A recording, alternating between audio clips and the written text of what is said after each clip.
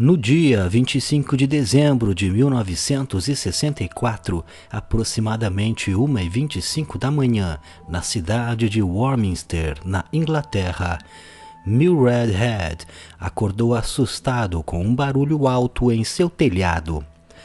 O som, segundo ele, parecia com galhos roçando nas telhas e ficava cada vez mais alto, até que o som mudou e começou a aparecer granizos gigantes caindo sobre o telhado.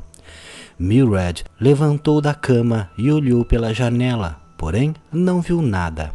Da janela ele ainda conseguiu ouvir um outro som, um zumbido agudo que foi gradativamente ficando mais alto até que abruptamente reduziu seu volume, se tornando apenas um sussurro. Algumas horas depois, naquele mesmo dia, soldados de uma base do exército próximo a Knock Camp foram acordados pelo barulho do que, segundo eles, parecia com o som de uma enorme chaminé sendo arrancada do telhado e espalhada por toda a área.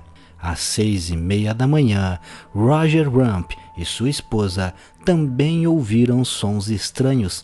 Eles descreveram o barulho como se todas as 5.000 telhas de sua casa tivessem sido arrancadas e recolocadas de volta com bastante violência.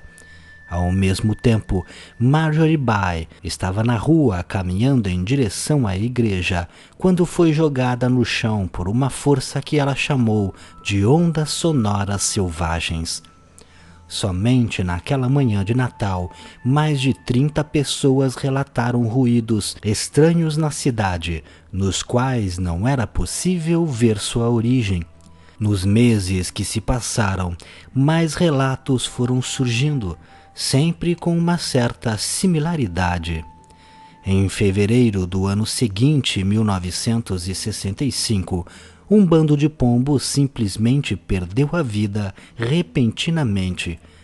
Em março, 3 famílias relataram, além dos barulhos estranhos no telhado de suas casas, também janelas tremendo com bastante força.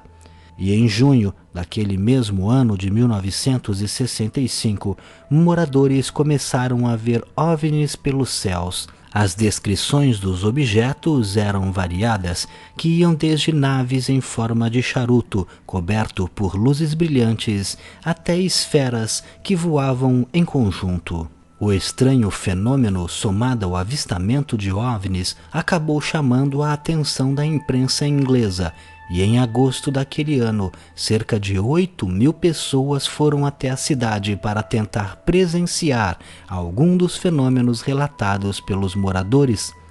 Em setembro, Gordon Faulkner conseguiu fotografar um dos objetos e a foto foi publicada pelo Daily Mirror, aumentando ainda mais o número de pessoas que chegavam à pequena cidade de Warminster. Neste período, os incidentes ganharam fama internacional, chegando a ser publicados em jornais dos Estados Unidos. Nos meses seguintes, os fenômenos prosseguiram e em 1966, a BBC fez um documentário sobre os acontecimentos, chamado Pie in the Sky. No início dos anos 70, os avistamentos que ficaram conhecidos como The Wormstem Thing, que em tradução livre seria algo como a coisa de Warminster, começou a diminuir. E o interesse pela cidade e seus estranhos fenômenos que perduraram por anos, consequentemente também diminuiu. Neste caso, tivemos uma famosa onda de incidentes que envolveu fenômenos ufológicos. Mesmo nos dias atuais, eventualmente ocorrem relatos de sons estranhos vindo do céu, que parecem não ter uma fonte visível. Algumas teorias de conspiração indicam que isso poderia ser devido a algum projeto secreto dos Estados Unidos. O principal alvo costuma ser o Projeto HAARP, que nada mais é que um conjunto de antenas que estudam a ionosfera terrestre. Este projeto, segundo as teorias de conspiração, teria como objetivo real manipular o clima e usar isso como arma, criando secas prolongadas em determinados pontos do planeta, tsunamis ou ainda furacões. E o uso deste equipamento é que faria com que em alguns lugares fosse possível ouvir estes estranhos sons no céu. O grande problema é que o projeto HAARP começou a funcionar apenas em 93, e este caso ocorreu na década de 60. Outra explicação possível são os skyquakes, que são sons que vêm do céu e podem ter várias explicações, como a entrada de grandes asteroides na Terra, o boom sônico de caças supersônicos, assim como também instabilidades magnéticas, escape de gases da atmosfera para o espaço, principalmente em áreas onde a camada de ozônio está enfraquecida, além de tempestades, que mesmo ocorrendo muito longe do local onde os sons são ouvidos, dependendo das condições climáticas, o som dos raios pode acabar sendo ouvido bem longe de onde está ocorrendo a tempestade.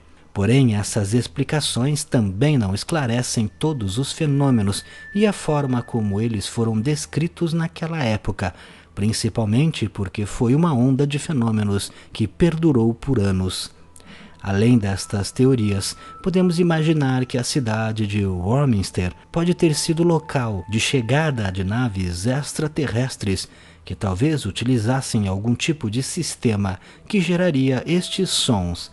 Talvez existisse um portal naquele local, onde cada vez que as naves chegassem ou partissem, o som e as vibrações eram ouvidos. Apesar disso, o fato mesmo é que estes incidentes continuam até hoje sem uma explicação definitiva. Mas e você? O que acha? Não deixe de comentar. Se gostou, clique em gostei. Não esqueça de se inscrever no canal, vire membro se puder clicando em Seja Membro e me siga lá no Instagram.